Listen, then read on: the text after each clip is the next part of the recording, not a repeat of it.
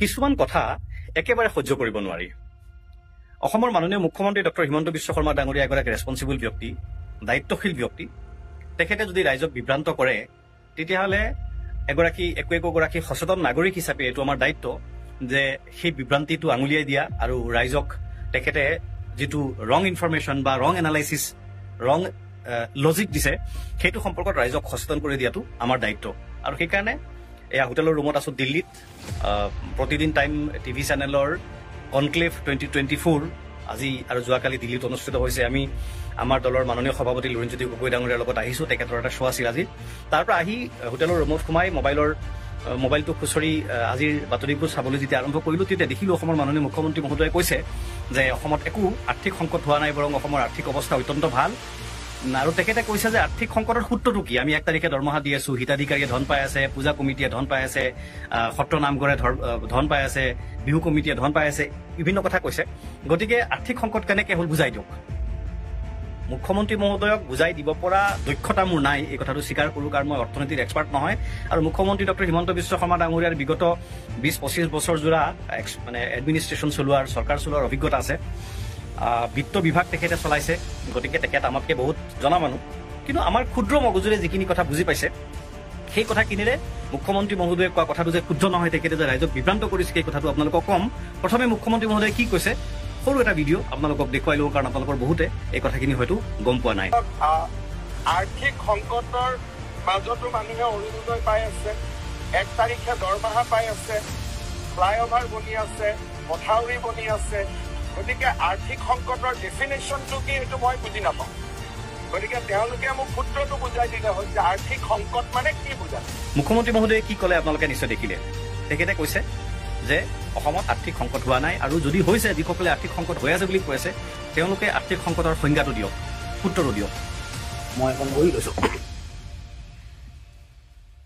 এটা কথা আমি সাধাৰণ মানুহে বুজি পাব লাগিব, মানে আমি সকলোৱে কথাটো জানো যে আমি এজন মানুহ, মই মানুহজন, আৰু এই কথাটো মই বিভিন্ন সময়ত বিভিন্ন জেগাত কৈছো, টিভিত কৈছো যে মই সুস্থ মানুহ নে বেমাৰী মানুহ এই কথাটো কোনো মানুহে মোৰ মুখলৈ চাই ক'ব নোৱাৰে। মই সুস্থ মানুহ নে মই বেমাৰী মানুহ এই কথাটো পৰীক্ষা কৰিবৰ কাৰণে মই কিছুমান চিকিৎসালয়ৰ পৰীক্ষা নিৰীক্ষাৰ মাজেৰে অতিক্ৰম কৰি আহিব লাগিব। মোৰ কিছুমান পৰীক্ষা নিৰীক্ষা হ'ব, আৰু সেই পৰীক্ষা নিৰীক্ষাৰ প্ৰতিবেদনেহে ক'ব যে মই সুস্থ মানুহ নে বেমাৰী মানুহ, মোৰ গাত বেমাৰ আছে নে মই সুস্থ হৈ আছো। তেনেকে চৰকাৰ এখনো সুস্থ হৈ আছে নে চৰকাৰখন বেমাৰী হৈছে, এখন ৰাজ্যত আৰ্থিক সংকট হৈ আছে নে ৰাজ্যখন আৰ্থিক প্ৰগতিৰ দিশত বহুত দ্ৰুতগতিৰে আগবাঢ়ি গৈ আছে, সেই কথাটো প্ৰকাশ পায় চৰকাৰী কিছুমান প্ৰতিবেদনৰ জৰিয়তে। তাৰে এটা প্ৰতিবেদন হৈছে CAG ৰিপৰ্ট, কেগৰ ৰিপৰ্ট বুলি আমি কওঁ, মহাগাণনিকৰ প্ৰতিবেদন। মহাগাণনিক কেন্দ্ৰীয় চৰকাৰৰ এগৰাকী বিষয়া, তেখেতৰ তলত এটা ডাঙৰ অফিচ থাকে, প্ৰতিখন ৰাজ্যত থাকে, আৰু এখন চৰকাৰৰ কাম কাজবিলাক, আৰ্থিক কাম কাজবিলাক মহাগাণনিকে পৰীক্ষা কৰে, আৰু বছৰি তেওঁলোকে প্ৰতিবেদন প্ৰকাশ কৰে, আৰু সেই প্ৰতিবেদনখন অসম বিধানসভাত দাখিল কৰাটো নিয়ম। আমাৰ অসমৰ CAGৰ কেগৰ লাষ্ট যিখন ৰিপৰ্ট, শেহতীয়া যিখন প্ৰতিবেদন, সেই প্ৰতিবেদন মুখ্যমন্ত্ৰী মহোদয়ে সুধিছে নহয় যে সংজ্ঞাটো মোক দিয়ক, কথাটো বুজাই দিয়ক। মই আকৌ কৈছো মুখ্যমন্ত্ৰীক বুজাই দিয়াৰ যোগ্যতা বা দক্ষতা মোৰ নাই, কিন্তু সাধাৰণ মগজুৰে যিখিনি কথা বুজিছো সেইখিনি ক'বলৈ লৈছো। আমি যিটো বুজিছো সেইটো হ'ল, আৰু কেগে যিটো কথা কৈছে সেইটো হ'ল যে হয়, অসমত ভীষণ আৰ্থিক সংকট চলিছে, অসমৰ আয় আৰু ব্যয়ৰ মাজত বৃহৎ তাৰতম্য আছে। আপোনালোকে ৱেবছাইটত গৈ ইণ্টাৰনেটত গৈ CAGৰ ৱেবছাইটটো উলিয়াই ল'ব, অসমৰ CAGৰ, তাত সেই প্ৰতিবেদনবিলাক আছে। তাৰে যিটো ফাইনেন্সিয়েল ৰিপৰ্টটো আপোনালোকে উলিয়াই ল'ব। তাত কি কৈছে মই আপোনালোকক পৃষ্ঠা নম্বৰ চাগে এইটো 3 আপোনালোকে চাই ল'ব। মই কপিটো ইয়াতে জাষ্ট স্ক্ৰীনশ্বটটো দি দিছো। তাত লিখিছে ৰিচিপ্ট এণ্ড এক্সপেণ্ডিচাৰ মিছমেচ। লিখিছে The continuous mismatch between receipts and expenditure indicates rising fiscal stress. Fiscal stress আৰ্থিক হেঁচা, আৰ্থিক হেঁচাৰ আন এটা নাম আৰ্থিক সংকট, এটচেট্ৰা এটচেট্ৰা। আপোনালোকে পঢ়ি পেলাই চাই ল'ব যিসকলে এই কথাবিলাক বুজি পায়। তাৰ CAG ৰিপৰ্টত এই কথাটো ক্লিয়াৰলি কৈছে যে অসমত আৰ্থিক সংকট হৈছে, চৰকাৰৰ আয় আৰু ব্যয়ৰ মাজত ব্যাপক মিছমেচ আছে। এইটো মুখ্যমন্ত্ৰী মহোদয় বা তেখেতৰ সমৰ্থকসকলক কৈছো যে অসমত যে আৰ্থিক সংকট চলিছে এইটো আমাৰ কথা নহয়, এইটো কোনে কৈ আছে? CAG-এ কৈ আছে। 1 নম্বৰ। তাৰ লগতে মই সংগতি যোগ কৰি আৰু এটা কথা কওঁ যে আপোনালোকৰ যিসকলে অৰ্থনীতিৰ খবৰ ৰাখে সেইসকলে নিশ্চয় জানে, আৰু যিসকলে নাজানে সেইসকলে গুগল কৰিলেও গম পাব আৰু পঢ়া শুনা কৰিলে গম পাব যে আমাৰ যিটো বাৰ্ষিক বাজেট হয়, সেই বাজেটৰ বৰ বেছি 60-65% মানহে আমাৰ এইখন চৰকাৰে, বিজেপিৰ দিনত চৰকাৰে খৰচ কৰিব পাৰে। মানে 1.5 লাখ মান কোটি টকাৰ বাজেট হয়, তাৰে 64-65 এনেকুৱা % খৰচ কৰিব পাৰে। 100% খৰচ কৰিব নোৱাৰাটো চৰকাৰৰ মানে আৰ্থিক সংকট, বাজেট ডেফিচিটৰ এইটো এটা প্ৰমাণ। এতিয়া মই 2 নম্বৰ প্ৰমাণটোলৈ যাওঁ। 2 নম্বৰ মুখ্যমন্ত্ৰীয়ে কৈছে নহয়, সূত্ৰটো বুজাই দিয়ক। 2 নম্বৰ সূত্ৰটো লৈ প্ৰথমটো মই CAG বুলি ক'লো, 2 নম্বৰটো হ'ল আদালত। আজি এসপ্তাহৰ যোৱা সপ্তাহটোতে গুৱাহাটী উচ্চ ন্যায়ালয়ে, আপোনালোকে বাতৰি কাকতবোৰ যোৱা এসপ্তাহৰ বাতৰি কাকতবোৰ উলিয়াই চাই ল'ব, যোৱা সপ্তাহতে গুৱাহাটী উচ্চ ন্যায়ালয়ে কৈছে, এটা কেছ কোনোবাই কৰিছিলে, গুৱাহাটী উচ্চ ন্যায়ালয়ে চৰকাৰক প্ৰশ্ন কৰিছে যে আপোনালোকে হিতাধিকাৰীক টকা দিব পাৰে কিন্তু ঠিকাদাৰৰ টকা দিব নোৱাৰে কিয়? এই কথাটোৰ অৰ্থ এইটো যে চৰকাৰৰ ওচৰত ঠিকাদাৰক দিবলৈ টকা নাই। এইটো আৰ্থিক সংকটৰ এটা প্ৰমাণ। যোৱা এসপ্তাহৰ বাতৰি কাকতবোৰ আপোনালোকে চাই ল'ব, আপোনালোকে গম পাব যিসকলে নেজানে। 3 নম্বৰ প্ৰমাণটো দিওঁ। যিকোনো এজন ঠিকাদাৰক আপোনালোকে সুধিব যে বৰ্তমান ঠিকাদাৰসকলৰ অৱস্থা কেনেকুৱা, সেই ঠিকাদাৰজনে ক'ব যে ভয়ানক অৱস্থা। ঠিকাদাৰ মানে মই বহিৰাজ্যৰ পৰা অহা বহিৰাগত বনিয়া বুলি যিটো শব্দ, সেইবিলাক শব্দ মই ব্যৱহাৰ নকৰোঁ, কিন্তু বহিৰাজ্যৰ পৰা অহা বা দিল্লীৱালা, অসমৰ বাহিৰৰ, গুজৰাটৰ এনেকুৱা প্ৰতিষ্ঠানৰ কথা মই কোৱা নাই, তেনেকুৱা ঠিকাদাৰৰ কথা কোৱা নাই। অসমৰ যিসকল ঠিকাদাৰ, অসমীয়া ঠিকাদাৰ, এটা সময়ত যিসকলে অসমৰ ঠিকাদাৰী উদ্যোগটোত দপদপাই আছিলে, কাম কৰি আছিলে, তেনেকুৱা ঠিকাদাৰৰ কথা কৈছো। তেওঁলোকক সুধিব, তেওঁলোকে ক'ব যে তেওঁলোকৰ অৱস্থা ভীষণ বেয়া। JJM জল জীৱন মিছন বুলি কেন্দ্ৰীয় চৰকাৰৰ এখন আঁচনি, সম্ভৱতঃ অসমত 32,000 কোটি টকাৰ কাম হৈ আছিলে।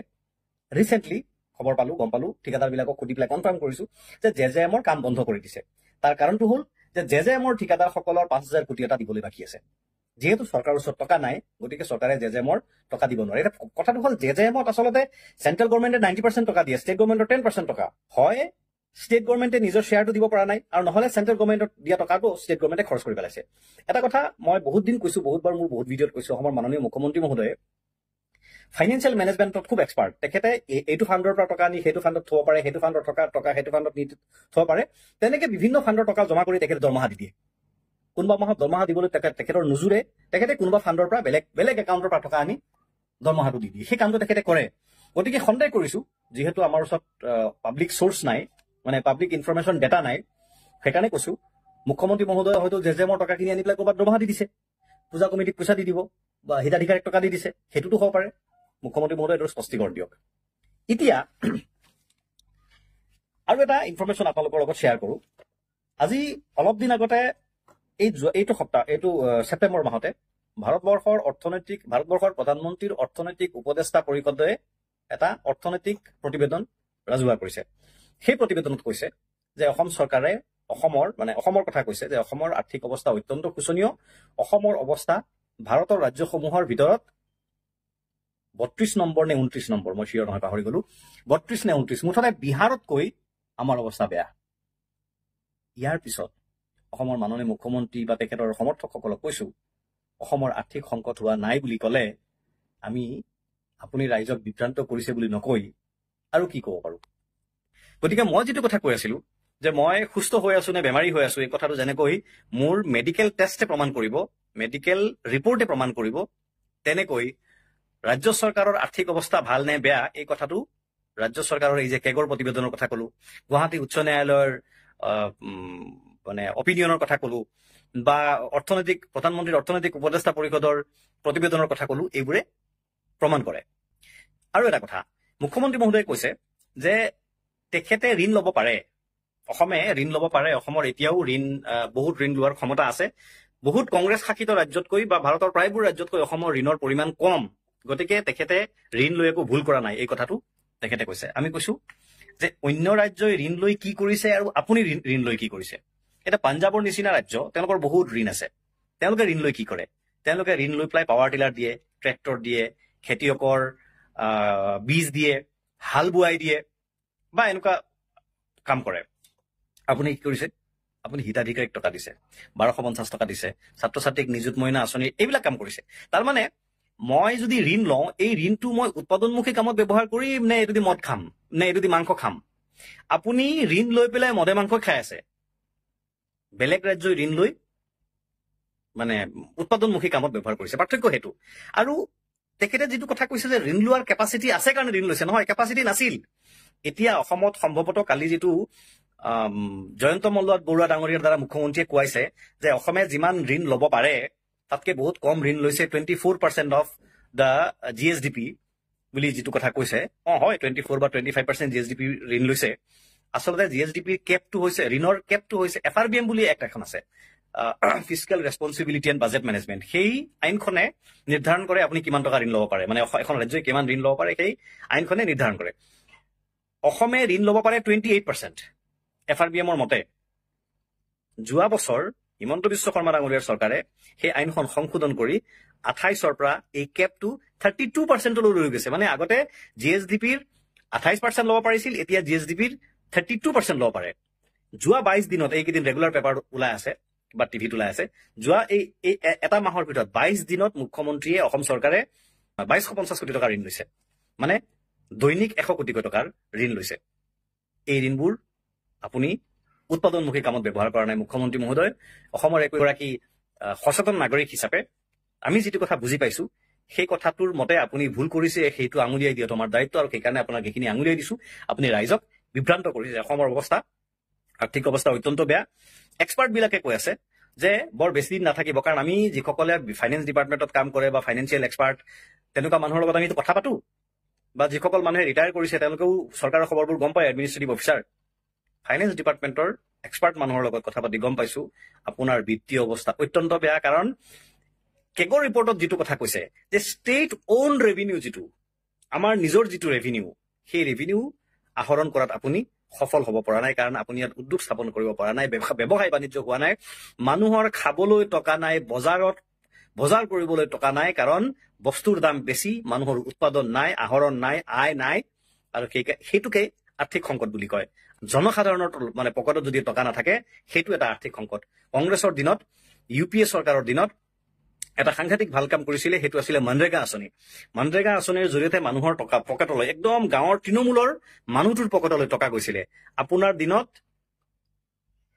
দিনত সাধাৰণ মানুহৰ হাতৰ পৰা টকা ওলাই আহিছে। আপোনাৰ চৰকাৰৰ নীতিয়ে সাধাৰণ মানুহৰ পৰা টকা উলিয়াই আনে পকেটৰ পৰা। আপুনি সাধাৰণ মানুহৰ পকেটত টকা ভৰাই দিয়াৰ আপোনাৰ কোনো নীতি নাই। আৰু যিসকল মানুহে বিনামূলীয়া হিতাধিকাৰী আঁচনি পাইছে, 1250 টকাই হওক আৰু 2000 3000 দিম বুলি কৈছিলে, দিব পৰা নাই। 1250 টকা আপুনি দিছে ঠিক, কিন্তু আপুনি তেওঁলোকৰ পৰা মাহে 3000তকৈ বেছি টকা উলিয়াই আনিছে। গৰীবতকৈ গৰীব মানুহৰ অৱস্থা অত্যন্ত বেয়া। ওপৰৰ মধ্যবিত্ত শ্ৰেণীৰ মানুহৰ কথাটো বাদেই দিলো।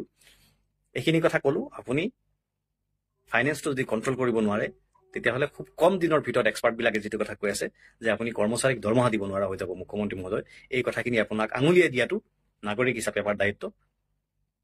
আপোনালোক যিসকলে মোৰ এই ভিডিঅ'টো চাইছে, আপোনালোক সকলোকে ধন্যবাদ জনাইছো।